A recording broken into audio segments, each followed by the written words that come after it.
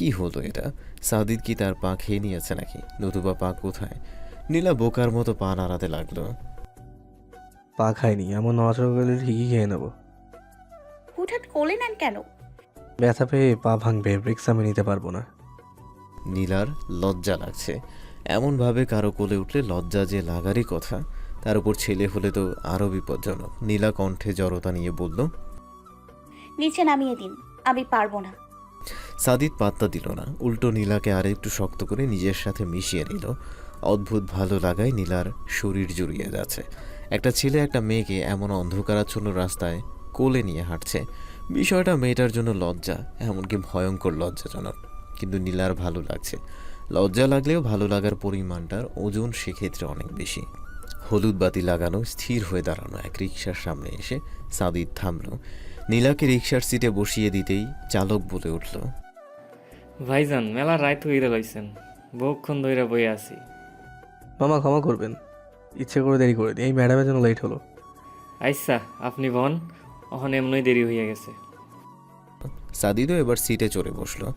নীলা কেবল নীরব দর্শকের ন্যায় তাকিয়ে সবটা দেখল। সবকিছু তার মাথার উপর দিয়ে যাচ্ছে। নীলা অন্যমনস্ক থাকায় রিকশার ঝাঁকুনিতে পড়ে যেতে নিলেই সাদিদ দ্রুত আগলে নিল। রাগী স্বরে ধমকে উঠল। খেয়াল কোথায় থাকে, এখনই পড়ে যেতে। বলেই পেছন দিয়ে এক হাত নিয়ে নীলার কোমর চেপে ধরল। সাদিদের এমন স্পর্শে নীলার শরীর কেমন যেন করছে, তাই মাথা নিচু করে বলল। ছেড়ে দিন, এবার ভালোভাবে ধরে রাখবো। সাদিদ ছাড়ল না, এমনকি নীলাকে ধরতেও দিল না। টান মেরে নিজের পাশে নিয়ে আসলো, কোমরে হাত চেপে রেখে একেবারে নিজের শরীর ঘেঁষে বসালো। নীলার অবস্থা খারাপ। সাদিদের শরীরের মিষ্টি ঘ্রাণ নীলাকে ক্রমশ নড়ে বড়ে করে দিচ্ছে। ছেলেটা এমন কেন, পুরো শরীর অসাড় করে দেয়। আর একটু নড়লে কিছু একটা করে বসবো কিন্তু। কি করবেন? কি কি কি করবেন? নীলার লেগে যাওয়া কণ্ঠ শুনে সাদিদ ঠোঁট কামড়ে নিঃশব্দে হাসল। কানের পাশের চুলগুলো পেছনে গুজে দিতে লাগিয়ে নিচু স্বরে বলল। যুবক যুবতীর রিক্সায় হুট তোলা নিষেধ, আর তুললে সেটা গভীর কিছু। আমি সেই গভীর কিছুই করব। নীলা জামা খামচে ধরল। সাদিদের গরম নিঃশ্বাসগুলো এসে তার কানের গলায় লাগছে।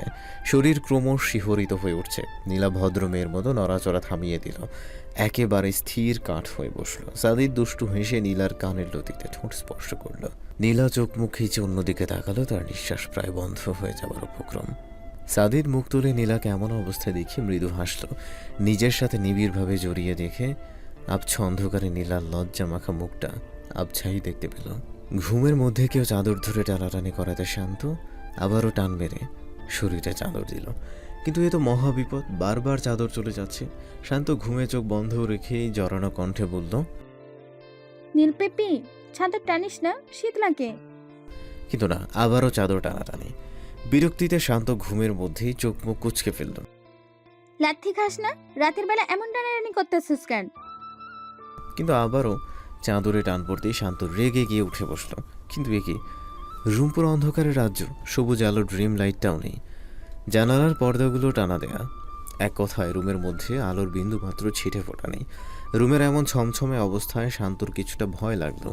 হাত বাড়িয়ে পাশ থেকে নীলাকে খুঁজতে লাগলো, কিন্তু নীলার কোনো চিহ্নই পাওয়া যাচ্ছে না। শান্তর এবার ঠান্ডার মধ্যে ঘাম ছুটতে লাগলো। কাপা স্বরে ডেকে উঠল। নীল! কোনো সারা শব্দ নেই। সে একটু পিছিয়ে গিয়ে আবারও ডাকলো। নীল, আছিস? দিদি ভাই, এই দিদি ভাই। শান্তর এবার সত্যি প্রচণ্ড ভয় লাগছে। নীলা প্রিয়তির নিঃশব্দতা যেন ভয়ের মূল কারণ। এখন গলা দিয়ে আরও শব্দ বের হচ্ছে না। হাত বাড়িয়ে ফোন খুঁজতে লাগলো, কিন্তু দরকারের সময় কিছুই পাওয়া যায় না। শান্তর ভয়ে কণ্ঠ লেগে আসছে, গলা দিয়ে স্বর বের হচ্ছে না। কোনো মতে বলল। কেউ কথা বলো, আমার ভয় করছে। কথার পিঠে কোনো উত্তর আসলো না, কিন্তু সাদা কাপড়ে মোড়ানো একটা বস্তু এগিয়ে আসতে লাগলো। অন্ধকারে মুখ দেখা যাচ্ছে না, কিন্তু সাদা বস্তুর মাথার পাশে লাল রঙের বৃত্তাকার দুটো লেজার লাইটের আলোর ন্যায় জ্বলতে লাগলো। শান্ত পেছাতে পেছাতে একেবারে বিছানার পাশের দেয়ালে লেগে গেছে। শরীর তার মুহূর্তেই ঘেমে চুপচুপা। এখন আর কথাও গলা দিয়ে বের হচ্ছে না, বড্ড পানি পিপাসা পাচ্ছে। সাদা বস্তু এগিয়ে এসে এবার শান্তর বিছানার সামনে দাঁড়ালো। শব্দহীন মাথা দু একবার উপর নিচ করল। শান্ত কাপা হাতে মুখ শক্ত করে চেপে ধরে আছে। প্রাণপণ ইচ্ছা উপস্থিত বস্তু যেন তাকে দেখতে না পায়। বস্তুটা এসে শান্তর বিছানার কিনারায় বসল। সাদা বস্তু স্থির হয়ে মাথা নিচু করে বসে আছে। শান্তকে এখন দৌড় দিবে নাকি সাদা বস্তুর পাশে এভাবেই শ্বাসরুদ্ধ করে বসে থাকবে? সাদা বস্তু কিছুক্ষণ বসে থেকে বিছানায় উঠতে লাগলো। চতুষ্পদ জন্তুর ন্যায় সে বিছানায় পা গুটিয়ে উঠতে লাগলো। শান্তর চিৎকার করতে ইচ্ছে করছে, কিন্তু তার গলা কাঠ ভেতর শুকিয়ে মরুভূমি। শব্দকে এই মুহূর্তে সহোচ্চারণ করাও সম্ভব নয়। জন্তুটি এগিয়ে এসে শান্তর মুখ বরাবর বসল। শান্ত দুই হাতে শক্ত করে মুখ চেপে নিঃশ্বাস সম্পূর্ণ বন্ধ করার চেষ্টায়। শরীর ঘেমে একাকার। সাদা বস্তু কিছুক্ষণ শান্তর সামনে বসে থেকে বিছানায় লম্বা হয়ে শুয়ে পড়ল। সময় যেতে লাগলো, সাদা বস্তু বিন্দুমাত্র নড়ে চড়ে না। শান্ত স্থির, দম বন্ধ হয়ে আসছে। এখান থেকে যেতে হবে, নতুবা আজ এখানেই তার শেষ নিঃশ্বাস হবে। শান্ত সাহসে কুলাচ্ছে না। সে নড়লেই বস্তু টের পাবে, কিন্তু তার দম এসে গলায় আটকে রয়েছে। যে কোনো সময় শেষ নিঃশ্বাস ত্যাগ করবে। শান্ত মুখে হাত চেপে বিছানা থেকে লাফ দিতে গেল, কিন্তু পারল না, কেননা সাদা বস্তু উঠে বসে তার হাত চেপে ধরেছে। অন্ধকারাচ্ছন্ন রুমে কেবলমাত্র একটা ভয়ার্ত আর্তনাদ ভেসে আসলো। বইরে গেলাম। শান্ত অনবরত বিছানায় দাপাদাপি করছে। সাদা বস্তুটা তার মুখ শক্ত করে চেপে ধরেছে। মুখ দিয়ে বিন্দুমাত্র আওয়াজ বের করার সামর্থ্য শান্তর নেই। অপরদিকে অন্ধকারে এত ভয় পেয়ে শান্ত ঘেমে নেই একাকার। উমতা বিছুম ইনতা মিচু উতমাহু। হঠাৎ ভয়ঙ্কর কর্কশ কণ্ঠ শুনে শান্ত এবার কেঁদেই দিল। তার জীবনের বোধহয় আজই শেষ দিন। সাদা বস্তুটা মাথা খানিক এপাশ ওপাশ দুলিয়ে আবারও গর্জে উঠল। তিতবা ইন্তামিতু উসচিনা শান্তর বাচ্চা, তুই শাস্তি পাবি। সাদা ভূতের নিজস্ব ভাষা ছেড়ে হঠাৎ বাংলা ভাষায় নেমে আসাতে শান্ত কিছুটা অবাক হলো, কিন্তু অবাকের মাত্রা ভয়ের থেকে অনেক কম। কি করবে বা কি করা উচিত শান্তর মাথায় আসছে না। সে আকুতি জানাতে চাইল। ছে ছে সাদা ভূত এবার খানিকটা সহায় হয়ে তার মুখ থেকে হাত সরিয়ে নিল। প্লিজ ছেড়ে দিন। তুই শাস্তি পাবি, আর শাস্তি হচ্ছে আমি আজ রাতে খাইনি, তাই তোকে এখন খেয়ে ফেলবো। না, শান্ত সাহস সঞ্চয় করে চেঁচাতে গেলেই সাদা ভূত আবারও তার মুখ চেপে ধরল। সবসময় রাজাহাঁসের মতো এমন চেঁচাস কেন? এজন্যই তোকে খেয়ে ফেলবো। শান্ত কেঁদে দিয়ে কিছু বলতে চাইলে সাদা ভূত আবারও হাত খানিকটা ঢিলে করে দিল। দোহাই লাগে, আমাকে ক্ষমা করে দিন। আর জীবনেও কখনো চেঁচামেচি করবো না। Good girl. মা সাদা ভূত দেখি ইংরেজিও পারে। শান্তকে ভয়ার্ত অবস্থার মধ্যে থেকেও তার অবাক চাহনি দেখে সাদা ভূত তাকে জোরে ধমকে উঠল। গুড গার্লকে এবার খেয়ে ফেলবো। উমা, খুব টেস্টি হবে। শান্ত শরীরের ঘ্রাণ একবার শুকে নিয়ে ভূতটা জিব্বা দিয়ে আওয়াজ করতে লাগলো। শান্ত বেচারি বাঁচার জন্য যে দোয়া পড়বে এইটুকুও গুলিয়ে ফেলছে। সে আবারও কাঁদতে কাঁদতে ভূতের কাছে আকুতি জানালো। দয়া করে আমাকে খাবেন না, আমি এখনো বিয়ে করিনি। ইনফ্যাক্ট আমি এখনো ক্রাশ ট্রাশও খাইনি। ও সরি, একটা খেয়েছি, তাও হবু দুলা ভাইয়ের ওপর। সাদা ভূত এবার হেসে ফেলল, কিন্তু পর মুহূর্তেই কাশতে কাশতে নিজের গলা পরিষ্কার করে বলল, তুই দেখি হতভাগী, আর আমি অবলাদের খাই না, তাতে রুচি আসে না। এজন্যই তোকে আমি ক্ষমা করতে পারি। আপনি মহান, আপনার হৃদয় কোমল। আপনার ন্যায় এমন ভূত সব জায়গায় সৃষ্টি হোক। চুপ, তাপ ফেলে দেব। তুই আমাকে ভং মারিস? ঠাট্টি মারবো এক চোরেই তোর মারি খালি। বলেই ভূত আবারও হাসল। শান্ত এবার তীক্ষ্ণ দৃষ্টিতে ভূত মহাশয়কে পরখ করছে। এতক্ষণ ভয় ছিল বিধায় অন্য কিছু মাথায় আসেনি, কিন্তু এখন আসছে। ভূত মহাশয়ের কথাগুলো কার সাথে যেন মিলে যাচ্ছে, আর হাসির আওয়াজটা যেন আরও বেশি। কিন্তু এই মুহূর্তে তার মাথা কাজ করছে না। সাদা ভূত শান্তর এভাবে খুঁটিয়ে খুঁটিয়ে দেখা বুঝতে পেরে আবারও ধমকে উঠল। বেয়াদব, ফাজিল, তুই কি এখন ভূতের সর্দারের উপরেও ক্রাশ খাবি নাকি? আচমকা ধমকে শান্তর তীক্ষ্ণ দৃষ্টিতে ব্যাঘাত ঘটল। নিজের ভাবনাকে ভুল ভেবে সে ভূতের কাছে আকুতি ভরা কণ্ঠে বলল, না না, ক্ষমা করুন, হবুজ আমি বুঝতে পারিনি। আপনি রাগ করবেন না, আমাকে এবারের মধ্যে ছেড়ে দিন। আচ্ছা, তুই যেহেতু অবুঝ, তাই তোকে আমি ক্ষমা করতে পারি, কিন্তু একটা শর্তে। ভূত মহাশয়, আমি সব শর্তে রাজি। খুব ভালো, তাহলে শোন, আজ থেকে নামধারী সকল সুদর্শন যুবককে দেখলেই তুই তাদেরকে কদমবুচি করবি, তাদের চরণ স্পর্শ করতে দ্বিধা করবি না। কিছুক্ষণ থেমে আবারও সাদা ভূত বলে উঠল, এই শর্ত যথাযোগ্যভাবে পালন করলে তো শাস্তি মওকুফ করা হবে। এই বলে ভূত মহাশয় ওনার গুরুত্বপূর্ণ বক্তব্যের ইতি টানলেন। সাদা ভূতের মুখ স্পষ্ট দেখা যাচ্ছে না, কিন্তু জানালার পর্দার ফাঁক ফুকরে যতটুকু আলো রুমে আসছে তাতে ওনার চালচলনে যে আনন্দের বহিঃপ্রকাশ ঘটছে সেটা ঠিকই বোঝা যাচ্ছে। শান্ত না চাইতেও এখন ভূতের উপর প্রবল সন্দেহ হচ্ছে। যদিও ভূতের উপর মানুষের সন্দেহ করা যুক্তিসঙ্গত নয়, কিন্তু তারপরও শান্তর হচ্ছে। বিশেষ করে ত বর্ণের নাম উল্লেখ করাতে সন্দেহটা আরও জোরদার হচ্ছে। কিন্তু সে কোনো সন্দেহের সমাধান খুঁজে পাচ্ছে না। শান্তকে এমন চুপচাপ তীক্ষ্ণ চোখে তাকিয়ে থাকতে দেখে ভূত আবারও গর্জে উঠল। বেয়াদব মেয়ে, তুই এমন পিকে মুভির আমির খানের মতো তাকাচ্ছিস কেন? দাঁত ফেলে দেব। শান্ত এবার ভয় পেল না, বরং বুকে হাত বেঁধে সেও ধমকে উঠল। আধুনিক যুগের ভূত তুই না আমি, তোর দাঁত ফেলে দিব। সাদা ভূতের হঠাৎ কাশি উঠে গেল। পরিস্থিতি খারাপের দিকে চলে যাচ্ছে বুঝতে পেরে সে স্থান ত্যাগ করার সিদ্ধান্ত নিল। আচ্ছা আচ্ছা, তুই হতবাগী মেয়ে, তাই আজকের মতো তোকে ক্ষমা করে চলে যাচ্ছি। বলে ভূত মহাশয় বিছানা থেকে নামতে গেলে সে আটকে গেল, কেননা শান্ত ভূতের গলায় শক্ত করে 2 হাত দিয়ে চেপে ধরেছে। আরে আরে বেয়াদব মেয়ে, তুই করছিস কি? আমি দম আটকে মরে যাবো তো। তাই বুঝি? ভূতেরও দম আটকে যায়? আমার জানা মতে ভূত সমাজের সদস্যরা তো মরে যাবার পরই ভূত হয়। সর্দারদের মরতে হয় না, কিন্তু তুই এখন সত্যি আমাকে মেরে ফেলবি। ছাড় বলছি। কে শোনে কার কথা? শান্ত নিজের সর্বোচ্চ শক্তি দিয়ে সাদা ভূতের গলা আটকে ধরেছে। ভূত বাবা শক্তি প্রয়োগ করছে ঠিক, কিন্তু সুবিধা করতে পারছে না। অপরদিকে তার দম এসে গলায় আটকেছে। তাই সাদা ভূত এবার হুমড়ি খেয়ে শান্তকে নিয়ে বিছানায় পড়ল। শান্ত তারপরও গলা না ছাড়াতে সে এবার কোনো মতে নিজের পরিধেয় কাপড়টা খুলতে লাগলো। মুখটা কোনোভাবে খুলে ভূত মহাশয় আটকে যাওয়া গলায় বলল, শান্তর বাচ্চা, গলা ছাড়। তুই আমার সত্যি মেরে ভূত বানিয়ে দিবি। শান্ত হঠাৎ চমকে উঠল। সে ভূতের গলা ছেড়ে পেছন থেকে সামনে আসতেই তার চোখ ছানা পড়া। আপনি? তানভীর অনবরত কাশতে লাগলো। শান্ত সবকিছু ভুলে গিয়ে দ্রুত লাইট জ্বালিয়ে দিল। পাশে টেবিল থেকে পানি এনে দিতেই তানভীর ঢকঢক করে গ্লাস খালি করল। তুই মেয়ে না অন্য কিছু? হ্যাঁ, এইভাবে কেউ গলা চেপে ধরে? শান্ত এতক্ষণ মানবতা দেখালো, এবার খেপে গেল। সে বিছানায় লাফ দিয়ে উঠে বালিশ হাতে নিয়ে ধুমধাম তানভীরকে এক চড় লাগাতে শুরু করলো। এই ফাজিল মেয়ে। শান্তকে আর পায় কে? তানভীরকে একাধারে অগণিত মাই শুরু করলো। তাকে থামাতে তানভীর জোর করে তাকে আঁকড়ে ধরল। ছাড়ুন বলছি, বেয়াদব ছেলে, আমার হাত ছাড়ুন। শান্ত নিজেকে ছোটাতে পাগলামি করতেই তানভীর তাকে বিছানায় ফেলে চেপে ধরল। চুপ! আর একটা আওয়াজ করলে আমার থেকে খারাপ আর কেউ হবে না। তোর থেকে খারাপ কেউ হতেও পারবে না। ছাড় আমাকে। কুত্তা লেজ, বিড়ালের লেজ, গরুর লেজ। সব লেজ কেন, পুরোটা কেন নয়? তুই পুরোটাই যোগ্য না। ছাড় বলছি। তানভীর এবার হেসে ফেলল। সে শান্তকে ছেড়ে পাশে শুয়ে পেট ধরে হাসতে লাগলো। শান্ত তেরে এসে আবারও মারতে গেলে তানভীর তাকে 2 হাতে আঁকড়ে ধরল। পুরোপুরি পাগল। তোর থেকে কম। আমাকে ভয় দেখিয়েছিস? এত বড় সাহস! তানভীর তারপরও হাসতে লাগলো, যা দেখে শান্তর রাগ দরদর করে বাড়ছে। হঠাৎ তানভীর রাগে ফোঁসফোঁস করা শান্তর দিকে এক দৃষ্টিতে তাকালো। শান্তর অবশ্য সেদিকে কোনো খেয়াল নেই, সে নিজেকে ছাড়িয়ে নিতে ব্যস্ত। আচমকা তানভীর শান্তকে এক প্রকার ধাক্কা মেরে নিজের থেকে দূরে সরিয়ে দিল।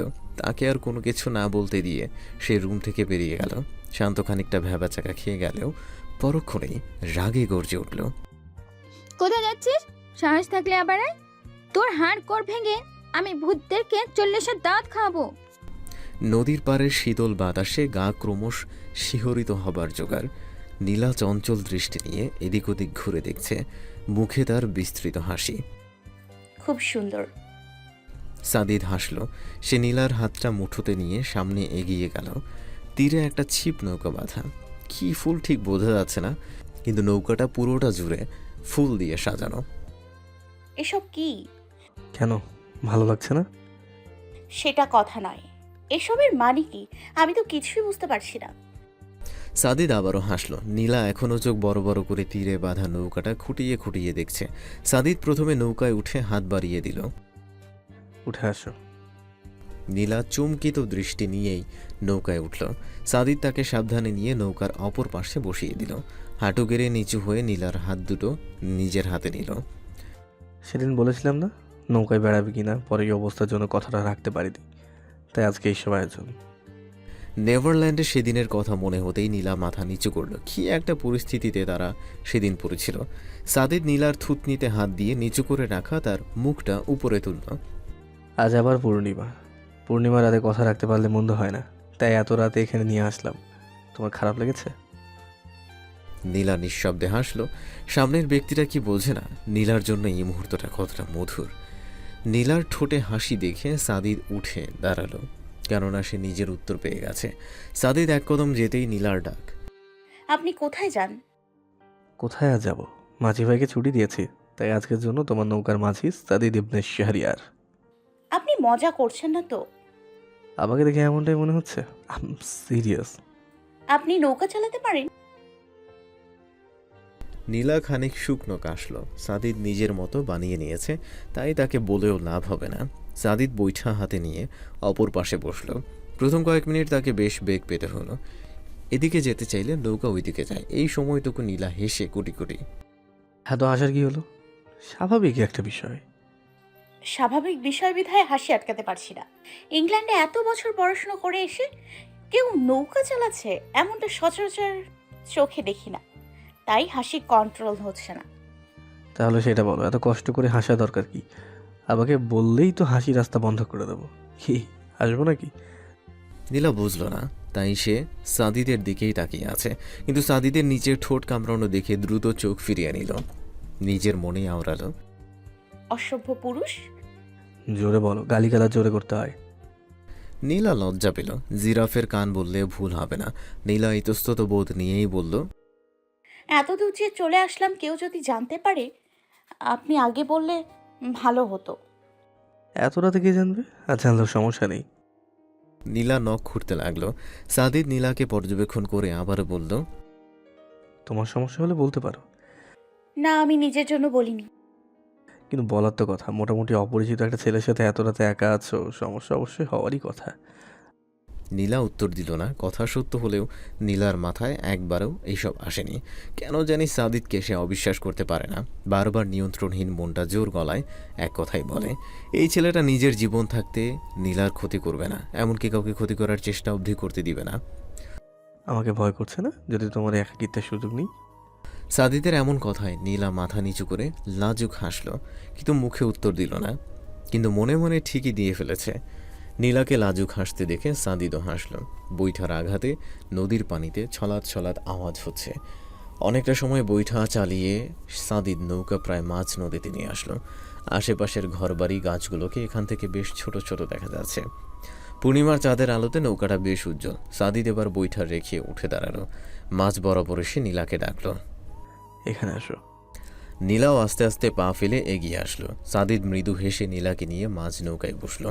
নৌকাটার পুরো পাটাতন ফুল দিয়ে আবৃত। নীলা নাকের কাছে ফুল নিয়ে ঘ্রাণ শুকতে গেলে সাদিদ বলল, লাল গোলাপ এবং রজনীগন্ধা। এসবের কি দরকার ছিল? সাদিদ উত্তর দিল না। ঠোঁট কামড়ে দুষ্টু হাসল। নীলা আর সাহস করে আগ বাড়িয়ে কিছু বলতে গেল না। এই ছেলের সাথে কথা বললেই লজ্জা দেয়। দুজনই চুপচাপ মাঝ নদীতে বসে আছে, দৃষ্টি উপরের ওই পূর্ণিমার চাঁদে। কিছু সময় পর সাদিদ আস্তে করে লম্বা হয়ে নৌকায় শুয়ে পড়ল। মাথার নিচে ডান হাত দিয়ে বলল, কতক্ষণ বসে থাকবে? তুমিও শুয়ে পড়ো। নীলা বসেই থাকলো। কিভাবে শুবে সেইটাই চিন্তা করছে। পাশাপাশি শুতে পারবে না, আর অপরদিকে মাথা দিয়ে শুতে গেলে সাদিদের দিকে পা থাকবে। বিষয়টা খুবই দৃষ্টিকটু, তাই নীলা স্থির হয়ে বসেই থাকলো। কি হলো, আসো। আমি এখানেই ঠিক আছি। সাদিদ নীলার কথা শুনল না। হ্যাচকা টানে নিজের কাছে আনলো। আচমকা এমন করাতে নৌকা খানিকটা নড়ে চড়ে উঠতেই নীলা বিচলিত হলো। সে সাদিদের বাহুর শার্ট খামচে ধরল। ভয় পেয়েছ? হঠাৎ এমন করাতে একটু পেয়েছি। সাদিদ এবার আস্তে করে একটু সাইড হয়ে নিজের বাম হাতটা সোজা করে রাখলো। নীলার বাহুতে ধরে তাকে নিজের হাতের উপর শুইয়ে দিল। সাদিদের সাথে এমনভাবে শুয়ে থাকতে নীলার খুব লজ্জা লাগছে, তাই উঠে বসতে চেয়ে আটকে যাওয়া গলায় বলল, আমি বসবো, শুনতে ভালো লাগছে না। সাদিদ নীলার উঠে যাওয়ার অর্থ বুঝতে পারল, কিন্তু তারপরও শুনল না। নীলাকে জোরে টেনে এনে নিজের পাশে শুয়ে দিল। সাদিদের এত নিকটবর্তী হয়ে নীলার শরীরে কাঁটা দিয়ে উঠছে।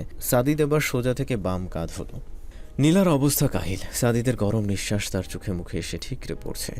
চোখের পাতা অনবরত টিপটিপ করছে, দৃষ্টি এলোমেলো।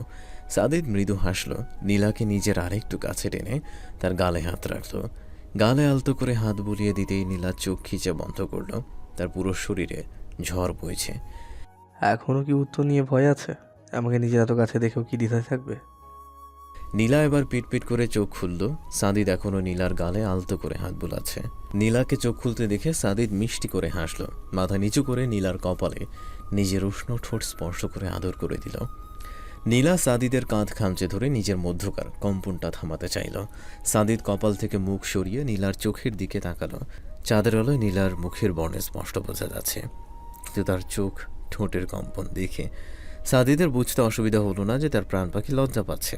সাদিদ আবারও হাসল। নিস্তব্ধ রাতে তার মৃদু হাসির আওয়াজ চারপাশে শোনা গেল। সাদিদকে হাসতে দেখে নীলা আরও লজ্জা পেল। কাত হয়ে শুয়ে ওপর দিকে মুখ ঘোরালো। কিছু সময় নীরবতায় কেটে গেল, কিন্তু আচমকা নিজের কোমরে সাদিদের হাতের স্পর্শ পেতেই নীলা নৌকার পাটাতনে রাখা ফুলগুলো হাতের মুঠোয় নিয়ে পিষতে লাগলো। সাদিদ নিজের হাত নীলার কোমর গলিয়ে পেটে এনে ঠেকালো। পেট জড়িয়ে ধরে তাকে একটানে তার বুকে টেনে নিল। নৌকা আচমকা নড়ে গিয়ে দোল খেতে লাগলো। নীরবতায় আচ্ছন্ন থাকা সেই পরিবেশ সামান্য দোলের কারণে শব্দটা কানে প্রচণ্ড লাগলো।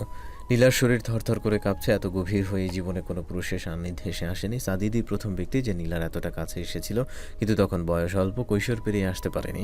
সে সময় সাদিদের স্পর্শগুলো শরীরে ঘৃণা ছাড়া আর কিছু সৃষ্টি করতে পারেনি, কিন্তু এখন তো সে প্রাপ্তবয়স্ক যুবতীর ন্যায় সমস্ত শরীর জুড়ে তার শিহরণের ঢেউ। তাই সাদিদের স্পর্শগুলো তার রন্ধ্রে রন্ধ্রে ঘূর্ণিঝড়ের ন্যায় তুফান তুলছে। নীলার এই অবস্থার মধ্যেই সে তার পায়ে সাদিদের পায়ে স্পর্শ পেল। নীলা শরীরে রাতের পরনের হালকা টপসের সাথে প্লাজো সালোয়ার, পায়ের উন্মুক্ত স্থানে সাদিদের পায়ের ঘর্ষণে নীলা কাপা হাতে নিজের জামা খামচে ধরল। সাদিদ নীলাকে নিজের সাথে জড়িয়ে নিয়ে পায়ে পা দিয়ে স্লাইড করছে। দুজনের ঘন নিঃশ্বাসের শব্দগুলো নিস্তব্ধতাকে ছিঁড়ে বের হয়ে আসছে। সাদিদ আচমকা নীলাকে ছেড়ে দিয়ে উঠে বসে। সাদিদ জোরে জোরে নিঃশ্বাস নিতে লাগলো। মাথার চুলগুলো বার কয়েক টেনে নিয়ে সে ঘাড় ঘুরিয়ে নীলার দিকে তাকালো। নীলা অনবরত কাঁপছে। সাদিদ এগিয়ে এসে হাত বাড়িয়ে নীলার সালোয়ার। বেশ খানিকক্ষণ নীরবতা। দুজনেই বর্তমান পরিস্থিতি নিয়ে বিব্রত, একজন লজ্জায় আর একজন নিজের উপর নিয়ন্ত্রণহীন হওয়ার দরে। আরও কিছু সময় পেরিয়ে যাওয়ার পর সাদিদ আবেগময় কণ্ঠে ডেকে উঠল, প্রাণ পাখি। নিস্তব্ধতায় সাদিদের মায়া ভরা নিচু স্বরটা যেন নীলার বুকে গিয়ে লাগলো। সে দ্রুত চোখ খুলে সাদিদের দিকে তাকালো। তার চোখ মুখ ভীষণ মলিন দেখাচ্ছে। নীলার প্রচণ্ড লজ্জাই লাগছে। তারপরও সাদিদের এমন চেহারা দেখে সে উঠে বসল। জড়তা নিয়েই বলল, কি হয়েছে আপনার? সাদিদ উত্তর দিল না। টান মেরে নীলাকে বুকে নিয়ে আসলো। শক্ত করে দুহাত দিয়ে তাকে আঁকড়ে ধরল। অসহায় চোখে বলে উঠল, এবারও আমাকে ভুল বুঝবে, কিন্তু বিশ্বাস করো কিছুক্ষণ আগে যা মানে আমি যেটা ইচ্ছে করে করিনি। তোমাকে দেখলে আমি নিজের উপর নিয়ন্ত্রণ রাখতে পারি না, যেমনটা অতীতে হয়েছিল। প্লিজ এবার রাগ করো না। নীলা উত্তর দিল না। মাথা নিচু করে ভাবতে লাগলো সাদিদকে কি বলা উচিত। নীলার নীরবতা যেন সাদিদকে আরও যন্ত্রণা দিচ্ছে। সে নীলার মুখটা আবার উঁচু করে ধরে বলল, প্রাণ পাখি, এবারও রাগ করবে? নীলা এবার লাজুক হাসলো। সত্যি বলতে মুখ আটকে আসছে, তারপরও আটকে যাওয়া গলায় বলল, তখন তো ছোট ছিলাম, এসব বুঝতাম না, কিন্তু এখন এতটুকু বলেই সে সাদিদের চোখের দিকে তাকালো। কি বলছিল ভাবতেই সে নিজেই লজ্জা পেল। সাদিদই বলল, এখন মানে আসলে আমি রাগ করিনি, আপনাকে অনুতপ্ত হতে হবে না। নীলা আর কিছু বলতে পারলো না। এইটুকু বহু কষ্টে মুখ দিয়ে বের করেছে। সাদিদ নীলার লাজুক মুখ দেখে স্বস্তির নিঃশ্বাস ফেলল। এতক্ষণ হাজারটা খারাপ চিন্তা তার মাথায় চলে এসেছিল। সে এবার চিন্তামুক্ত। আবারও নৌকায় শুয়ে পড়ল। মুখে আর কোনো কষ্ট বা অসহায়ত্বের ছাপ নেই। নীলা কি করবে বুঝতে পারছে না, তাই চুপচাপ বসেই রইল। সাদিদ এবার আর হাতে নয়, নীলাকে কাছে টেনে নিজের বুকে নিয়ে আসলো। আকাশের দিকে দৃষ্টি রেখে নীলার মাথায় আলতো করে হাত বুলাতে লাগলো। সাদিদের বুকের তীব্র হৃদস্পন্দনের আওয়াজ নীলার কানে স্পষ্ট আসছে। তার কেন যেন মনে হচ্ছে এই বুক থেকে নিরাপদ এবং শান্তির জায়গা আর হতেই পারে না। তার এই মুহূর্তে খুব ইচ্ছে করছে সাদিদের বুকে চুমু খেতে, কিন্তু লজ্জায় লাল হয়ে চুমুর চিন্তাটা মাথা থেকে ঝেড়ে ফেলল। নীলা মুখ উঠিয়ে একবার সাদিদের দিকে তাকালো। সাদিদ বুঝতে পেরে নিজেও নীলার দিকে তাকালো। কিছু বলবে? নীলা ডানে বামে মাথা নাড়ল। সাদিদ মৃদু হেসে নীলাকে আরেকটু শক্ত করে আঁকড়ে ধরল।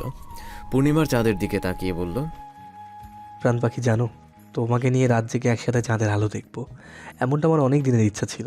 আর যখন তুমি আমার এতটা কাছে, তখন কেন জানি বর্তমান অবস্থাকেও স্বপ্নই মনে হচ্ছে। এটা যে বাস্তব সেটা এখনো বিশ্বাস হচ্ছে না। বাকি একটা চিমটি দাও তো। না না, আমি এসব পারবো না। সাদিদ নীলার দিকে তাকিয়ে হাসলো। হাসতে হাসতেই তার নাকটা আলতো করে টিপে দিল। এবার নীলাও খিলখিলিয়ে হেসে ফেলল। দুজনই খুনসুটিতে চাঁদ দেখা উপভোগ করছে। রিসর্ট ফিরে যাবে? নীলার খুব ইচ্ছে করছে বলতে, থাকি না রাতটুকু, বেশ তো লাগছে, কিন্তু মুখে সেটা বলতে পারছে না। চলুন, অনেক সময় পেরিয়ে গেছে।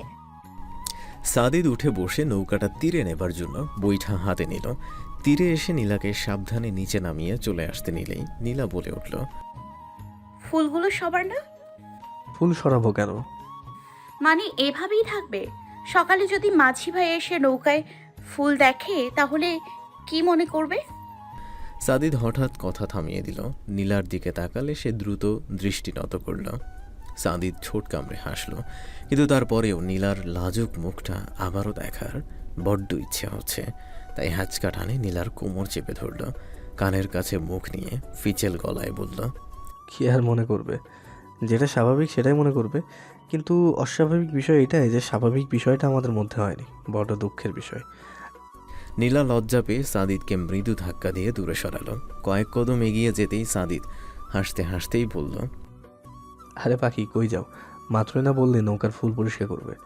এখন আমাকে কাজে সহযোগিতা না করে কোথায় যাচ্ছ? নীলা লজ্জারাঙা মুখে পিছিয়ে আসলো। সাদিদের দিকে একবারও না তাকিয়ে নৌকার ফুলগুলো সরাতে ব্যস্ত হয়ে গেল। সাদিদ আর চোখে সবটাই পরখ করছে, আর নীলার অবস্থা দেখে ঠোঁট টিপে হাসছে। তার লজ্জাবতী লাজুক লতা।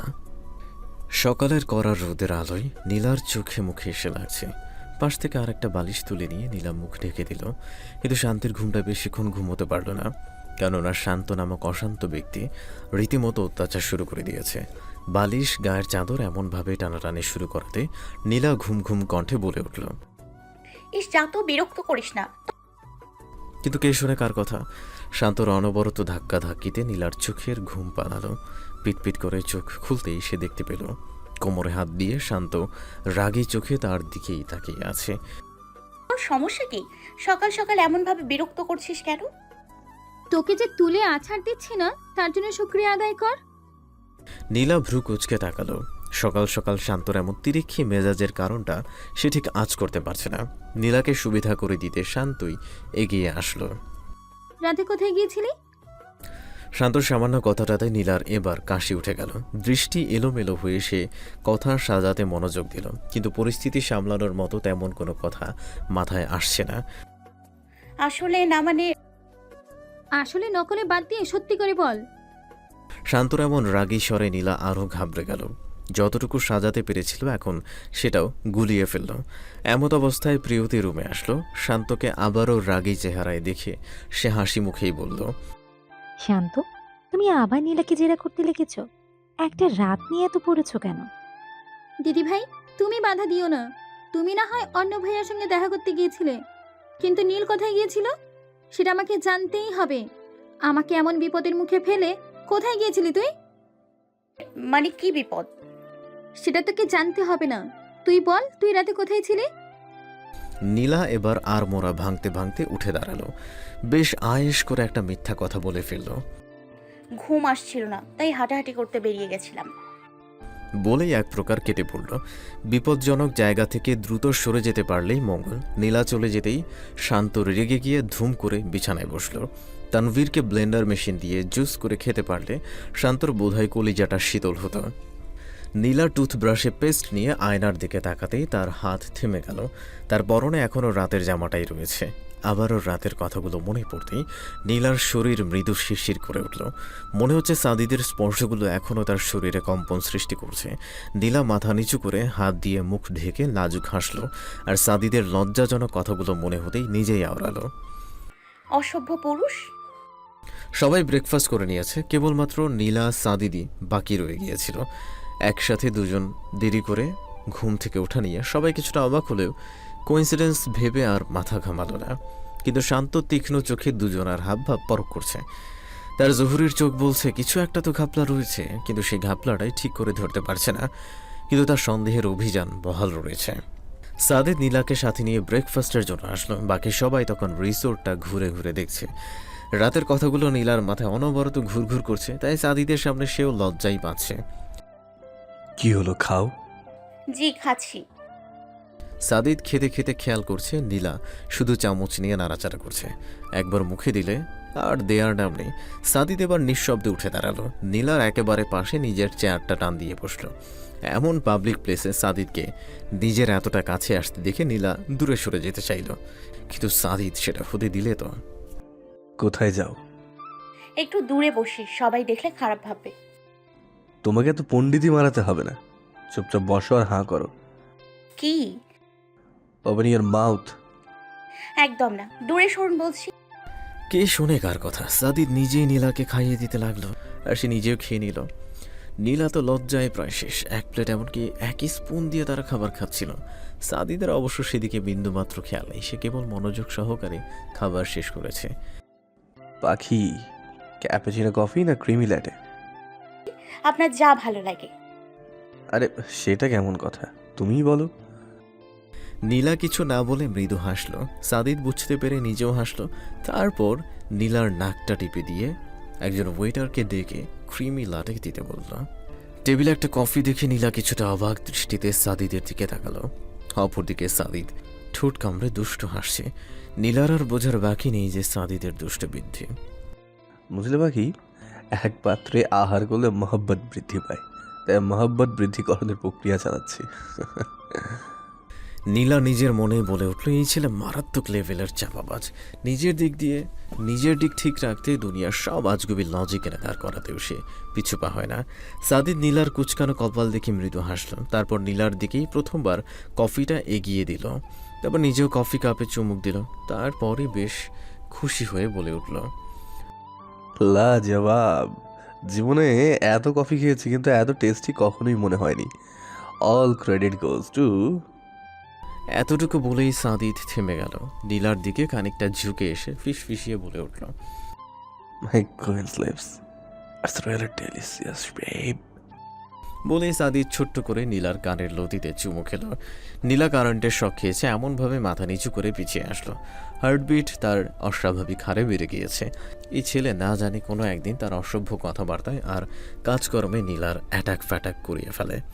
নীলার লজ্জা রাঙা মুখটা দেখে সাদিদ মাথা চুলকে নিঃশব্দে হাসল। এই মেয়েটার সামনে থাকলেই তার ভয়ঙ্কর সব কাজ করে ফেলতে ইচ্ছে করে। নিজের এমন নিয়ন্ত্রণহীন কাজ কারবারে সাদিদ এবার নিজেই হাসল। নীলা তার দিকে মাথা তুলে তাকাতেই সাদিদি আবার বলল, আর অপেক্ষা করা যাচ্ছে না। লজ্জায় তোমার এই লাল লাল মুখটা দেখলে আমারই অবস্থা খারাপ হয়ে যায়। নিজেকে নিয়ন্ত্রণ রাখাটা আসলে দুঃসাধ্য হয়ে ওঠে। নীলার পক্ষে আর সম্ভব নয় এইসব লাগাম ছাড়া কথাবার্তা হজম করা। তাই সে যাওয়ার জন্য উঠে দাঁড়ালো, কিন্তু সাদিদ দ্রুত তার হাতের কবজিতে ধরে আটকে দিল। আচ্ছা, বসে কফিটা শেষ কর, আর কিছুই বলবো না। সত্যি তো? আমার পাখি, সত্যি। নীলা মুচকি হেসে চেয়ারে বসল। সাদিদও এবার ভদ্র ছেলের মতো নিজের লাগামহীন কথাবার্তা বন্ধ করল। সাদিদরা খুব কম সময়ের জন্য এসেছিল, তাই নীলাদের ব্রেকফাস্টের পরপরই তারা রিসোর্ট থেকে বাসার উদ্দেশ্যে বেরিয়ে পড়ল। নীলা আর শান্ত এবারও গিয়ে পেছনের সিটে বসেছে। তানভীরকে বাসে উঠতে দেখেই শান্তর মেজাজ আবারও তিরিক্ষি হলো।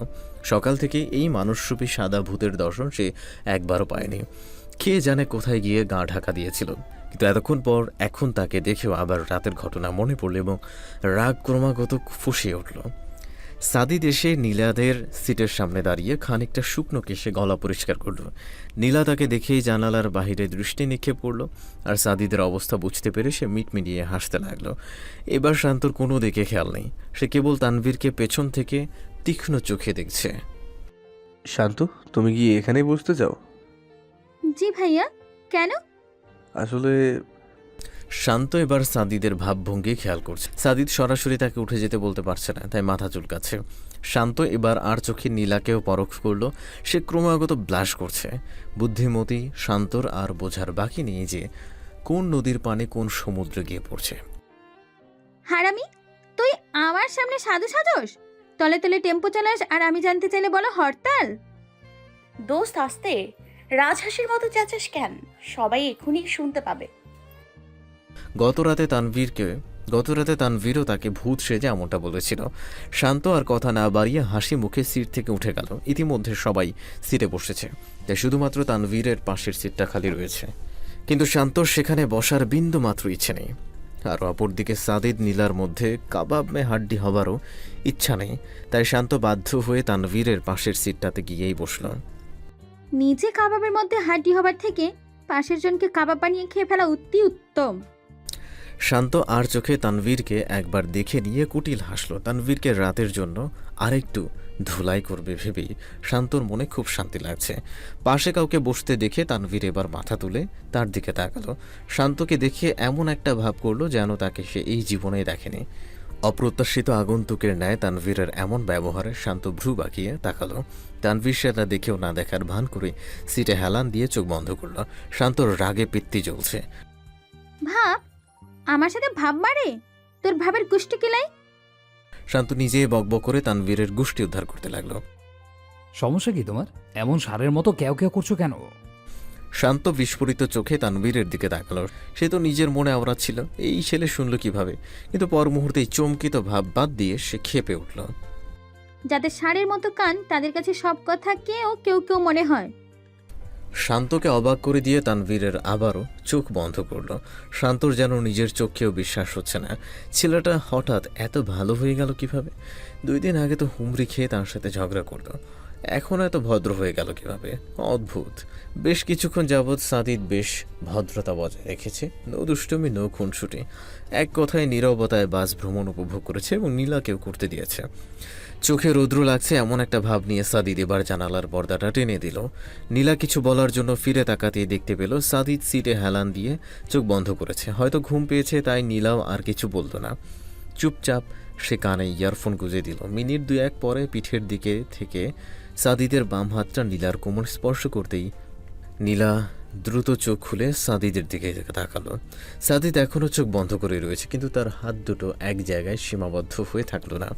নীলার কোমরে সাদিদের আঙুলগুলো ক্রমাগত চলতে লাগলো। কোমর সাদিদের এমন করে আঙুল স্লাইড করাতে নীলার শরীর বারবার কেঁপে উঠেছে। সে নিজের কাপা হাতে সাদিদের হাতটা কোমর থেকে সরাতে গেলে সাদিদ এক হাতে তার কোমর মৃদু চাপ দিল। নীলা এবার সহ্য করতে না পেরে সাদিদের কাঁধে মুখ গুজে কণ্ঠ খাদে নামিয়ে বলল, জি জি জি, ছেড়ে দিন। সাদিদ এবার দুষ্টুমি থামিয়ে দিল। চোখ খুলে আশেপাশে একবার সব সদস্যদের দেখে নীলার কপালে একটা নিঃশব্দ চুমু খেলো। নীলা এবার নিজেকে সরিয়ে নিতে চাইলেই সাদিদ আবার তা কাটকে নীলাকে এক হাতে জড়িয়ে নিয়ে সে সিটে হেলান দিল। নীলা বাধ্য হয়ে সাদিদের বাহু বন্ধনে আটকা পড়লো, কিন্তু তার দৃষ্টি এদিক ওদিক। সেটা কেউ যদি তাদেরকে এভাবে দেখে ফেলে নিশ্চয়ই সেটা ভালো চোখে দেখবে না। সাদিদ আচমকা নীলার ডান কানের ইয়ারফোনটা টান দিয়ে খুলে ফেলে।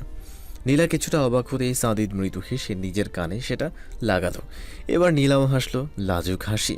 কিন্তু এত কিছুর মধ্যে নীলার মিউজিক প্লেয়ারে যে জাস্টিন বিবারের লাইফ ইন লাভ ইউ গানটা চলছে সেদিকে তার কোনো খেয়ালই নেই।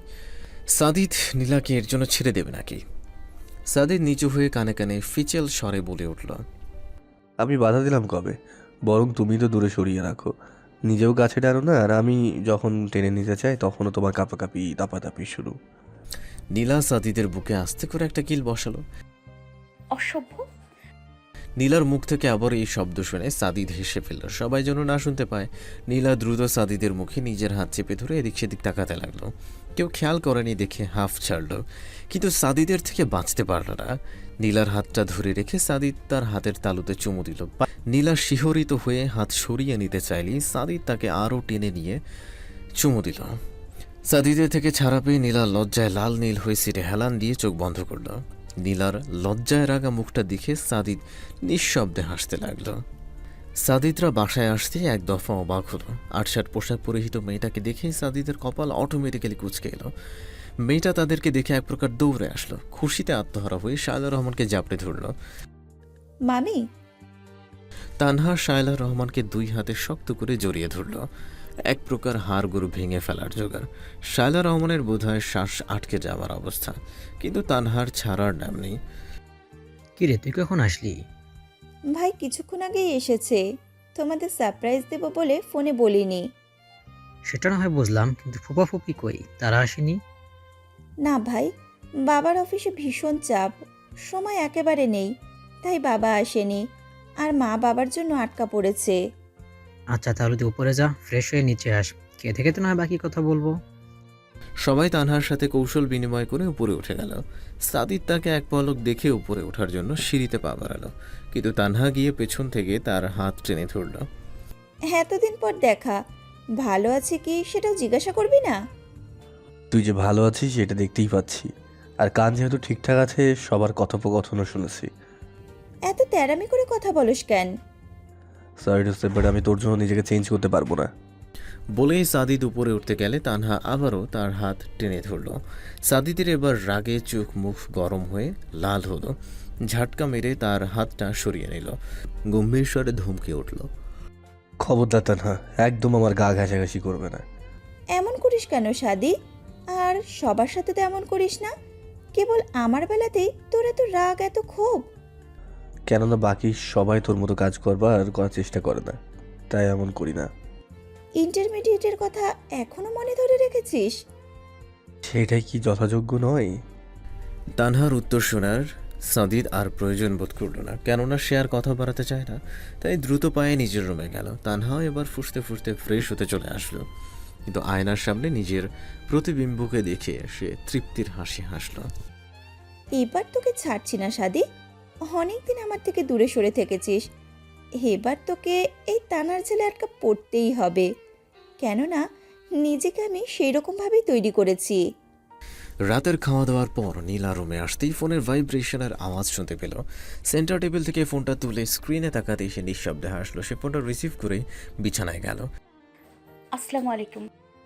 ওয়ালাইকুম আসসালাম। খাবার পর্ব শেষ? জি শেষ। আপনি খেয়েছেন? না, একটু পর খাবে। অনেক রাত হয়েছে, আর কখন খাবেন? খাবো তো, কিন্তু আগে অন্য জিনিস খাবো, বলতে পারো স্পেশাল জিনিস। নীলা বোকার মতো প্রশ্ন করে বসল। কি জিনিস? সাদিদ ফোনের অপর পাশে ঠোঁট কামড়ে দুষ্ট হাসছে। ফোনটা নিয়ে হেঁটে বারান্দায় গেল। সে সোফায় বসে নিচু স্বরে বলল, আই ওয়ান্ট এ কিস। খবরদার, হাত ভেঙে রেখে দেবো কিন্তু। তাহলে এমন পচা কথা বলেন কেন? এমন কথা বললে ফোন রাখতেই হবে। কোথায় পচা কথা বললাম? মানে একটু আগে কে বলল কিস টিসের কথা? এসব কি ভালো কথা? শুধু ভালো নয় পাখি, অতি ভালো কথা। আর নিশ্চয়ই ভালোর সঙ্গে অতি সুস্বাদুও হবে। সেদিন কফি খাওয়ার পর থেকে এমনটাই মনে হচ্ছে।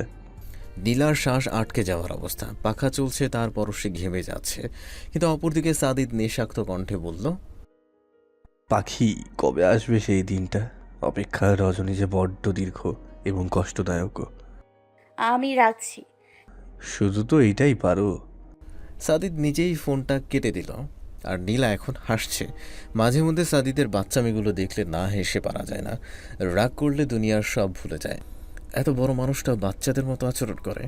নীলার মনে হয় এই ছেলের রাগটা যেন সবসময় নাকের ডগায় লেগে থাকে, একটু এদিক সেদিক হলেই তাতে বিস্ফোরণ ঘটে। নীলার হাসতে হাসতে এখন পেটে খিল ধরে যাবার অবস্থা। এমত অবস্থায় ফোনে মেসেজের টোন শুনে তার ধ্যান ভাঙল। মেসেজ চেক করার জন্য ফোনটা হাতে নিতেই তার হাসি এবার ফোঁস হয়ে জানালা দিয়ে উঠে গেল। হাসি পাচ্ছে না? হ্যাঁ, খুব হাসি। আচ্ছা, এখন খুব করে হেসে নাও।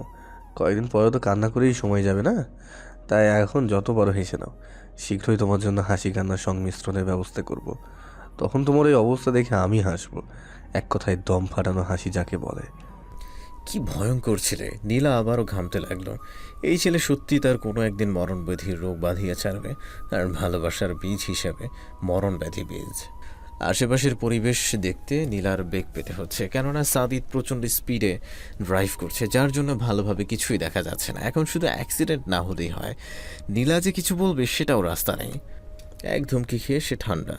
সাদিদ যে মারাত্মক রেগে আছে সেটা বোঝাই যাচ্ছে, তাই নীলার সাহসে কোলাচ্ছে না আগ বাড়িয়ে কিছু জিজ্ঞেস করার। ভয় এক প্রকার জড়সড় হয়ে সে সিটে বসে রয়েছে।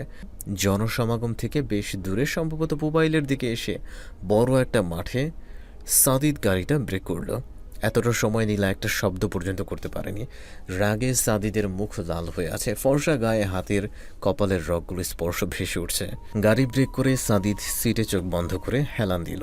তার নিঃশ্বাস দ্রুত হচ্ছে, ঘন নিঃশ্বাসের শব্দে জানালা বন্ধ গাড়িতে স্পষ্ট শোনা যাচ্ছে। কিছু মুহূর্ত পর সাদিদ চোখ বন্ধ রেখে নীলার বাহুতে টান দিয়ে তার বুকে নিয়ে আসলো। নীলা কিছুই বুঝে উঠতে পারল না, হঠাৎ এভাবে টান দেওয়াতে হালকা ব্যথা অনুভব হচ্ছে। শুধু সেইটুকুই অনুভব করতে পারছে। সাদিদের বাকি সব কর্মকাণ্ডগুলো তার মাথার উপর দিয়ে যাচ্ছে। সাদিদ এবার নীলার মাথাটা বুকে শক্ত করে চেপে ধরল। কত সময় এভাবে কেটে গেল তার আন্দাজ করা মুশকিল। নীলাও চুপচাপ সাদিদের বুকের উষ্ণটা অনুভব করে গিয়েছে। সাদিদ এবার ঠিক করে বসে নীলাকেও সিটে ঠিকভাবে বসিয়ে দিল।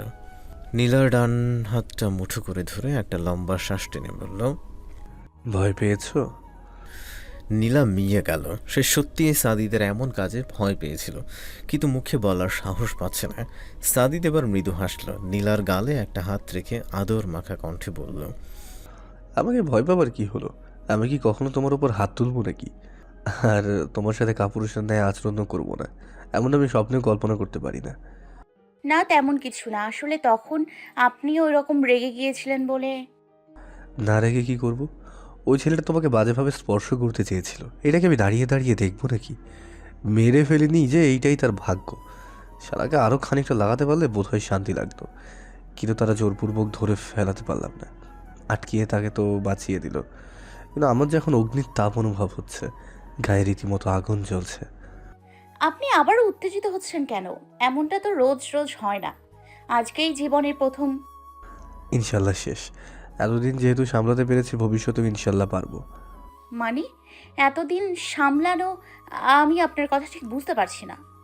সাদিদ এবার রাগ ভুলে মাথা চুলকে ঠোঁট কামড়ে হাসছে। নীলাও এবার ভয়টায় ভুলে সাদিদের দিকে তীক্ষ্ণ চোখে চেয়ে আছে। কিছুটা সন্দেহপ্রবল দৃষ্টিতে সে বলে উঠল, আমার বান্ধবীরা সবসময় এই কথাটা বলতো। এমনকি আমারও যে মাথায় আসেনি সেটা নয়, স্কুল কলেজ লাইফ এতটা শান্তিপূর্ণভাবে টিচিংবিহীন কাটানো চারটেখানি কথা নয়। এতদিন উত্তরটা না খুঁজে পেলেও আজকে বোধহয় পেয়ে যাচ্ছি। নীলার রাগী চেহারা দেখে সাদিদ এবার হেসে দিল। সাদিদের কর্মকাণ্ড নীলার আর বোঝার বাকি নেই, তাই সে রাগ করে গাড়ির দরজা খুলতে নিলেই সাদিদ তাকে বাধা দিল। ছাড়ুন বলছি, আপনার সাথে আমি এক মুহূর্তও থাকবো না। কিন্তু নীলা সোনার পাত্রী নয়, সাদিদের সাথে জোর কাটিয়ে দরজা খেলতে চাইছে। তাই সাদিদও এবার জোর করল, টান দিয়ে নীলাকে এনে তার কোলে বসালো। নীলা অনবরত ছুটে যাবার চেষ্টায় আছে, কিন্তু সাদিদের শক্তির সাথে কুলিয়ে উঠতে পারলেই হয়। ছাড়ুন আমাকে, একদম আমার কাছে আসার চেষ্টা করবেন না। ইস, আমার ছোট্ট পাখিটার এত রাগ! একটু শান্ত হও, আমি সব বুঝিয়ে বলছি। সাদিদ এবার হাসতে হাসতেই নীলাকে শক্ত করে তার বুকে চেপে ধরল। মাথায় চুমু খেয়ে আলতো করে চোখে হাত বোলাতে বোলাতে বলে উঠল, প্লিজ রাগ করে না পাখি, আমার কি দোষ বলো? প্রেয়সী নিজের থেকে 1000 মাইল দূরে, তার উপর সে আগুন সৌন্দর্য নিয়ে জন্মেছে।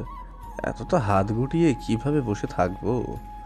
নীলা এবার ধুম করে সাদিদের বুকে কিল বসালো, কিন্তু সাদিদ আরাম পেয়েছে এমন একটা ভাব ধরে বলল, আরেকটা দাও তো। এত নরম কেন তোমার হাতগুলো? মনে হয় তুলো দিয়ে আঘাত করেছো।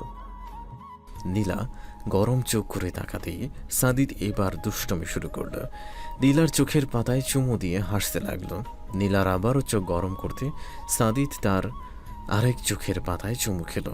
এমন করতে করতে সাদিদ নীলার 2 গাল, চোখ, কপাল সব জায়গায় চুমু খাওয়া শুরু করলো। নীলার পক্ষে আর রাগ ধরে রাখা সম্ভব নয়, এই ছেলেটা বড্ড বাজি। নীলা এবার আলতো করে সাদিদের বাহুতে চিমটে কেটে তার বুকে মুখ গুজল। সাদিদ তাকে বাহু বন্ধনে আগলে দিয়ে বলল, মহারানীর রাগ কমেছে? না, কমেনি। এমনটা করলে রাগ কমবে কিভাবে? পাখি, আমি বাধ্য ছিলাম। তাই বলে আমার উপর নজর রাখবেন? কারো উপর এমনভাবে নজর রাখা ঠিক? আপনিই বলেন। একদম ঠিক নয়, কিন্তু পাখি আমার দিকটা একটু দেখো। নিজে এখানে উপস্থিত ছিলাম না, তার উপর আমাদের মধ্যে পূর্বে এত সব ঘটনা হয়েছিল যে তোমাকে ভালোভাবে কিছু বললেও বোধহয় শুনতে না, আর তুমি শুনলেও খারাপ ছেলেগুলো ভালো কথা শুনতে চায় না। তাই আমার অবর্তমানে তোমার যেন কোনো রকম ক্ষতি করতেই না পারে, সেই জন্যই এত নিরাপত্তা। ইচ্ছে করে তোমার উপর গোয়েন্দাগিরি করিনি, তোমার উপর আমার অঢেল বিশ্বাস রয়েছে, কিন্তু এই সমাজের মানুষরূপী কিছু অমানুষের উপর বিন্দুমাত্র নেই। তাই এইসব নজর টজরের ব্যাপার, এখানে আমার কি দোষ বলো? হ্যাঁ, সেটাই। আপনি কি কখনো নিজের দোষ দেখেন? আপনি হচ্ছেন শুদ্ধ সাধু সন্ন্যাসী, যারা সকল প্রকার দোষ পাপ থেকে মুক্ত, একেবারে নিট অ্যান্ড ক্লিন। সাদিদ নীলার কথায় হাসল। রাগের তেজস্বী হয়ে থাকা প্রাণ পাখিকে লজ্জায় ফেলতে নীলার লাল হয়ে যাওয়া নাকটাকে নিজের নাকটা ঘষা দিল। নীলা তাতে মৃদু কেঁপে উঠল। সাদিদ নীলার নাকে নাক ঘষতে ঘষতেই নেশাক্ত হয়ে বলে উঠল, নিজেকে সঙ্গে স্পর্শ থেকে দূরে রেখে জীবনের মূল্যবান অল্প সময়টুকু নষ্ট করতে পারবো না। আমি তো জীবনকে আমার প্রাণ পাখি সে তো উপভোগ করতে চাই। আমার ছোট্ট একটা সংসার সাজাতে চাই। ছোট ছোট হাত পা নিয়ে আমাকে জড়িয়ে ধরবে, আধো আধো বলিতে বাবাই বলে ডাকবে। এরকম অসংখ্য প্রিন্স অ্যান্ড প্রিন্সেসের বাবা হতে চাই। এত সব ইচ্ছেগুলো কি সাধু সন্ন্যাসী হয়ে পূরণ করা সম্ভব? নীলার শরীর থরথর করে কাঁপছে। এই ছেলেটা তাকে না একদিন হাঁপানির রোগী বানিয়ে ফেলে। আর কথার কি ধরন, পুরো নির্লজ্জের কারখানা। লজ্জা শরম সব খেয়ে নিয়েছে। নীলার উত্তর না পেয়ে সাদিদ নীলার পিঠে হাত দিয়ে তাকে আরেকটু কাছে টেনে নিল। সিটে মাথা ঠেকিয়ে নীলার গালে এক হাত রেখে বলল, আমার ইচ্ছেগুলো পূরণ করবে না? আমাকে বাবাই বলে ডাকবে, তাদেরকে আনবার ব্যবস্থা করবে না? নীলার পক্ষে আর সহ্য করা সম্ভব নয়। দম প্রায় আটকে আসছে। সাদিদের কথাগুলো নীলার শরীরে ক্রমশ কাঁটা দিয়ে উঠছে। তাই এবার এক প্রকার জোর খাটিয়ে সাদিদের থেকে সে দূরে যেতে চাইল, কিন্তু সাদিদ তাকে আরও টেনে ধরল। নীলার কাঁধে নাক ঘষতে ঘষতে নেশালো কণ্ঠে বলে উঠল, আরে পালাচ্ছ কেন? তুমি চাইলে যে আমি তোমাকে নিজের থেকে পালাতে দেব না। পাখি, এখনো অনেক পথ চলার বাকি, এখনো অনেকগুলো স্বপ্ন বুনন করবার বাকি। এগুলো না করে কোথায় যাও? প্লিজ ছাড়ুন, আমার শরীর কেমন যেন করছে। সাদিদের ফিচেল কণ্ঠের লজ্জা পানে নীলা এবার পুরোপুরি চুপসে গেল। লজ্জায় তার গাল নাক লাল হয়ে যাচ্ছে। নীলা এই অবস্থা দেখে সাদিদ ঠোঁট কামড়ে কানের কাছে মুখ লাগিয়ে বলে উঠল, বাট পাখি, I think it's not possible at the moment. Will have to wait for the right time. Sadid এতটুকু বলে থামল। নীলা চোখ বন্ধ করে রয়েছে। লজ্জায় সারা মুখ তার লাল হয়ে মৃদু কাঁপছে। সাদিদ নীলার বন্ধ চোখে ফু দিল। নীলা তাতে টিপটিপ করে চোখ খুলতেই সাদিদ নিজের মুখটা একেবারে নীলার কাছে নিয়ে গিয়ে বলে উঠল, পাখি, soon I will arrange that right time. Then do whatever you want. I won't stop you. In fact, you may need to stop me. বলেই সাদিদ নীলার কোমরে জোরে চাপ দিল। নীলা মৃদু ব্যথায় আহ করে শব্দ করে উঠতেই সাদিদের মুখে দুষ্ট হাসি দেখে আবারও লজ্জায় কুঁকড়ে গেল। সে হাত দিয়ে মুখ ঢেকে সাদিদের বুকে হেলে পড়ল। আটকে যাওয়া গলায় নিচু স্বরে বলল, অসভ্য পুরুষ, নির্লজ্জ পুরুষ, একেবারে বাজে পুরুষ। সাদিদ আজ সারাটা দিন নীলাকে নিয়ে ঘুরে বেরিয়েছে। এতটা লং ড্রাইভের জন্য নীলার সন্ধ্যার পরপরই না খেয়ে ঘুম দিয়েছে। নার্গিস খাতুন এক দফার ডেকে গেছে, কিন্তু নীলার উঠবার নামগন্ধ নেই। তাই তিনি সেন্টার টেবিলে এক গ্লাস দুধ রেখে গিয়েছেন। যদিও দুনিয়া উল্টে গেলেও তিনি এই দুধের গ্লাস খালি করবে না। তারপরও যদি খিদে লাগলে খেতে পারে, সেজন্যই রাখা। ঘড়ির কাঁটা টিকটিক করে 10:15 এসে ঠেকেছে। নার্গিস খাতুনও এবার ডাইনিং টেবিল গুছিয়ে শোবার রুমে গিয়েছেন। সারাদিন তো আর বসে থাকেন না। মানুষ কম হলেও তাকে এক হাতে সব কিছু সামলাতে হয়। নার্গিস খাতুন নীলার রুমের সবুজ রঙের ড্রিম লাইটটা জ্বালিয়ে দিয়েছেন। তাই অন্ধকার রুমে একজন মানুষের ছায়া স্পষ্ট দেখা যাচ্ছে। রুমের বারান্দায় অল্প আওয়াজ হতেই নীলা আরেক পাশ ফিরে কাঁথা মুড়ি দিল। ছায়াটা গুটি গুটি পায়ে এগিয়ে এসে বিছানার সামনে দাঁড়ালো। নীলাকে এলোমেলো হয়ে ঘুমাতে সে দেখে নিঃশব্দে হাসল। তারপর এগিয়ে গিয়ে দরজাটা লক করে দিল। নীলা বেঘরে ঘুমাচ্ছে। চুল বেনুনি পর্যন্ত করেনি, তাই একেবারে এলোমেলো হয়ে আছে। মধ্যরাতে প্রেয়সীর রুমে হামলাকারী প্রেমিক মুগ্ধ চোখে তার প্রাণ পাখিকে দেখছে। সাদিদ এবার এগিয়ে এসে বিছানায় বসল। নীলার মুখের উপর পড়ে থাকা এলোমেলো চুলগুলোকে আলতো হাতে সরিয়ে দিল। এক দৃষ্টিতে অপলক চেয়ে থেকে নিচু হয়ে নীলার কপালে গভীর ভালোবাসায় চুমু এঁকে দিল। ঘুমের মধ্যে উষ্ণ স্পর্শে নীলা মৃদু কেঁপে উঠতেই সাদিদও আবারও নিঃশব্দে হাসল। প্রাণ পাখিকে সুন্দর ঘুমটা থেকে জাগানোর তার বিন্দু মাত্র ইচ্ছে করছে না, কিন্তু তারপরও সে যে কাজটা করা অতি জরুরি। সাদিদ নীলার মাথায় হাত বুলাতে বুলাতে মৃদু স্বরে ডাকল, প্রাণ পাখি। নীলা অপর পাশ হয়ে শুয়ে পড়ল, কিন্তু তার ঘুম ভাঙল না। সাদিদ উঠে গিয়ে অপর পাশে আসলো। নীলার গালে আলতো করে হাত বুলাতে বুলাতে আবারও ডাকল, প্রাণ পাখি ওঠো, আমি এসে গেছি তো। নীলা এবার ঘুম ঘুম চোখে চোখ খুলে তাকাবার চেষ্টা করল। হালকা আলোয় সাদিদের প্রতিচ্ছবি দেখে সে ভাবল স্বপ্ন দেখছে, তাই মৃদু হেসে আবারও চোখ বন্ধ করল। সাদিদ নীলার কর্মকাণ্ড দেখে এবার ছোট্ট করে একটা শ্বাস টানল। পাশের কেটলি থেকে পানি নিয়ে অল্প একটু পানি ছিটা দিতেই নীলা দ্রুত চোখ খুলে তাকালো। অবিশ্বাসের ন্যায় সাদিদকে দেখে চিৎকার দিতে গেলেই সাদিদ তার মুখ চেপে ধরল। এই একদম না, আমি তো ভয় পাচ্ছ কেন? সাদিদ মুখ থেকে হাত সরিয়ে নিতেই নীলা ঘুম ঝরানো কণ্ঠে ফিসফিসিয়ে বলে উঠল, ভয় পাবো না? এমন ভূতের মতো এত রাতে এখানে কি করছেন? ফোন কই তোমার? কেন? ফোন দিয়ে কি কাজ? কেননা সেটা দিয়ে এখন তোমার মাথা ফাটাবো। নীলার এবার কণ্ঠ খানিকটা খাদে নেমে গেল। ফোন সংক্রান্ত কোনো বিষয় নিয়ে হয়তো সাদিদ এত রাতে এসেছে, তাই পাশের ড্রয়ার থেকে চুপচাপ ফোনটা হাতে নিল। কিন্তু ফোনের লক খুলে স্ক্রিনে চোখ যেতেই নীলা একটা শুকনো ঢোক গিলল। ভয়ে ভয়ে সাদিদের দিকে তাকাতেই সাদিদের কপাল কুঁচকে রাগ প্রকাশ করার পদ্ধতিটা দেখতে পেল।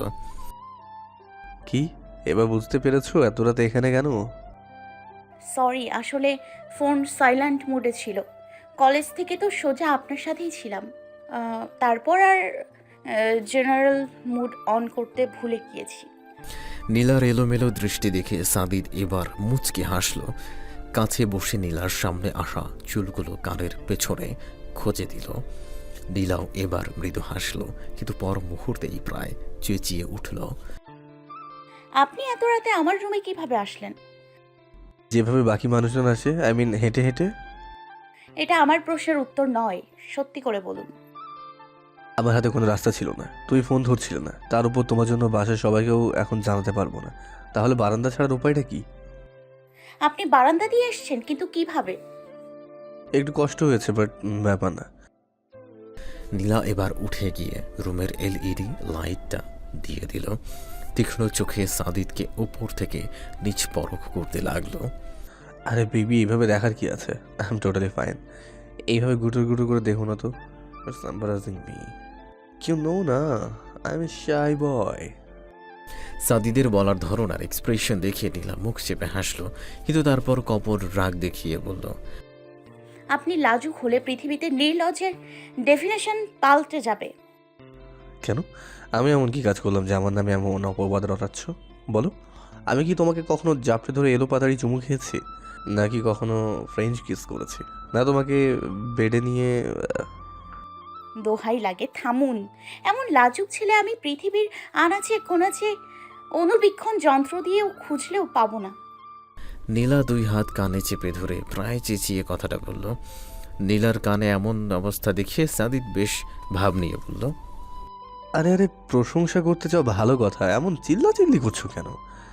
আমি এতটা করতে বলিনি, বুঝলে? আমি অনেক দয়ালু মানুষ, অল্প করলেই সন্তুষ্ট। সাদিদের এমন বেপরোয়া ভাব দেখে নীলা পারছে না নিজের চুল নিজেই টেনে ছিঁড়তে। সবটা যে নীলাকে হেনস্থা করার পায়তারি সেটা তার বুঝতে কষ্ট হচ্ছে না। নীলার এমন অসহায় ফেস দেখে সাদিদ এবার হেসে দিল। এগিয়ে এসে নীলার গালে হাত রেখে কপালে ছোট্ট করে চুমু খেল। আচ্ছা, আর বলবো না, এখন এখানে বসো, একটা ইম্পর্টেন্ট কাজ আছে। সাদিদ নিজেই নীলাকে টেনে এনে বিছানায় বসালো। তারপর নীলার পড়ার টেবিলের উপর থেকে নীল রঙের একটা শপিং ব্যাগ নিয়ে আসলো। নীলা অবাক চোখে দেখছে নিজের রুমে এই জিনিসটা রাখা, কিন্তু সে ঘুমানোর সময় দেখল না। এখন কোথা থেকে কে আসলো? নীলার চিন্তা ভাবনার মধ্যেই সাদিদ এসে তার পাশে বসলো। ব্যাগটা নীলার হাতে দিয়ে বলে উঠল, তোমার জন্য। কি এটা? নীলা ব্যাগটা খুলতেই অবাক চোখে সাদিদের দিকে তাকালো। অপরদিকে সাদিদের ঠোঁটের কোণে মিষ্টি হাসি। একটা রেড কালারের ওয়েটলেস জর্জেট শাড়ি, যার ফুল বর্ডার গোল্ডেন স্টোনের কারুকার্যে তৈরি করা। নীলা শাড়িটার উপর আলতো হাতে ছুঁয়ে দিল। শাড়িটা খুব সুন্দর হয়েছে, সাদিদের পছন্দ আছে বলতে হবে, কিন্তু শাড়ির সাথে ম্যাচিং করা টাই আপ ব্লাউজ সহ অন্যান্য প্রয়োজনীয় জিনিস দেখে নীলা লজ্জা না পেয়ে থাকতে পারল না। নীলার মুখে ঈষৎ লালাভ বর্ণ দেখে সাদিদ দুষ্টু হেসে বলল, লজ্জা পাওয়ার কি আছে? এগুলো ছাড়া কি শাড়ি পরা যায় নাকি? আপনি একটা নির্লজ্জ। আরে এইটা কেমন কথা? যদি বাকি জিনিসগুলো না আনতাম তাহলে হয়তো এই অপবাদটা মানা যেত। উইদাউট ব্লাউজে তোমাকে কতটা লোভনীয় লাগতো সেটা আন্দাজের বাইরে। আমি এত কষ্ট করে নিজেকে সংবরণ করলাম, আর তুমি কিনা আমাকে এমনটা বলছো? নীলার কান দিয়ে মনে হচ্ছে গরম ধোঁয়া বের হচ্ছে। দোষটা তারই, কেননা সে ভালোই জানে সাদিদ কেমন ঠোঁট কাটা স্বভাবের, তারপরও সে যেচে গিয়ে বারবার লজ্জায় পড়ে। নীলার অবস্থা দেখে সাদিদ ঠোঁট টিপে হাসছে। প্রাণ পাখিটাকে আর জ্বালাতে চায় না, তাই উঠে দাঁড়িয়ে বলল, আখি, শাড়িটা দ্রুত পরে দাও, আমি বারান্দায় ওয়েট করছি। হয়ে গেলে বলে দিও, ঠিক আছে? মানে এখন শাড়ি পরবো? জি মহারানী, এখনই পরবেন। কিন্তু সেটা সম্ভব। কেন? এই না আবার অসম্ভবের কি আছে? নীলা এদিক সেদিক তাকিয়ে হাতের নখ খুঁটে যাচ্ছে। নীলার এমন ভাবসাব দেখে সাদিদের কপাল কুঁচকে এলো। কি হয়েছে পাখি, কোনো সমস্যা?